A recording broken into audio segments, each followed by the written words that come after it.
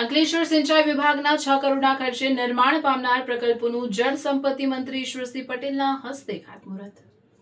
અંકલેશ્વરની Karjan colony ખાતે આજરોજ ₹6 કરોડના ખર્ચે નિર્માણ પામનાર કન્સ્ટ્રક્શન ઓફ ઇન્સ્પેક્શન બંગલો તથા યુઆરપીબી સીઆઈ ડિવિઝન તેમજ સબ ડિવિઝન ઓફિસ બિલ્ડિંગના કામોને ખાતમુહૂર્ત સમારોહ યોજાયો હતો। રાજ્યના જળ સંપત્તિ મંત્રી ઈશ્વરસિંહ પટેલના હસ્તે વિવિધ પ્રકલ્પોનું ખાતમુહૂર્ત કરવામાં આવ્યું હતું। આ પ્રસંગે ભરૂચ જિલ્લા પંચાયતના ઉપપ્રમુખ અજીત વસાવા, તાલુકા પંચાયત પ્રમુખ વિવેક ભરડીવાલા,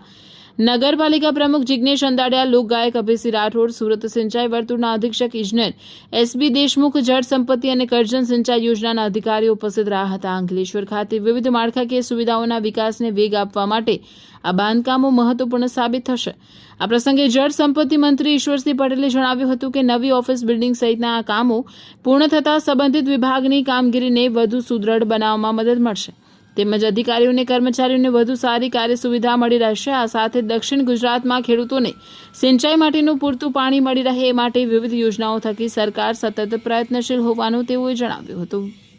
કે જે 1965ની સાલમાં જે ઓફિસ બિલ્ડિંગ અને ઇન્સ્પેક્શન બંગલો જે બન્યો હતો એના જે 60 વર્ષ ઉપરાંત થયા છે અને જર્જરિત હોવાને કારણે એ નવું મકાન અહીંયા બને, જેથી કરીને કરજણ ડેમ અહીંયાથી લગભગ 100 કિલોમીટર આસપાસ જે દૂર છે ત્યાંથી અધિકારીઓ અહીંયા આવું જવું હોય તો એને રહેવા માટે પણ એ કામ લાગી શકે। સાથે સાથે ચાલુ વર્ષે નવેમ્બર, ડિસેમ્બર અને જાન્યુઆરી મહિનામાં 3 મહિના એટલે કે 90 દિવસ કેનાલ બંધ રાખીને ત્યાં 900 કરોડના ખર્ચે જે એક્વાડેક છે, સૈફન છે, એ નવીનીકરણ કરીને અત્યારે જે 3000 ક્યુસેક જે પાણી મળે છે આપણને, એમાં 1200 ક્યુસેકનો વધારો કરીને એટલે કે 4200 ક્યુસેક પાણીનો વધારો કરીને જે છેવાડાના વિસ્તારમાં ઓલપાડ તાલુકો હોય, હાંસોદ તાલુકો હોય, જે દરિયા કિનારા વિસ્તારની અંદર જ્યારે ઉનાળાનો સમય હોય ત્યારે છેવાડાના લોકોને પૂરતા પ્રમાણમાં પાણી ન મળવાને કારણે પાકમાં પણ નિષ્ફળ જતી હતી અને ધ્યાનમાં લઈને ચાલુ વર્ષે 900 કરોડના ખર્ચે આ ઉકાઈ કેનાલના કામો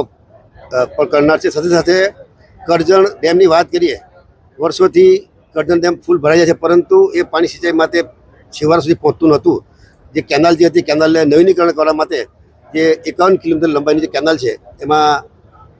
143 કિલોમીટરના ખર્ચે એ કેનાલ ઉપર નવીનીકરણ એટલે કે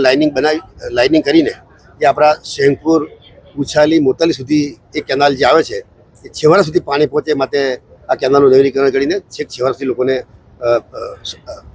ખેડૂતોને સિંચાઈ માટે સગવડતામાં એક વધારો થનાર છે।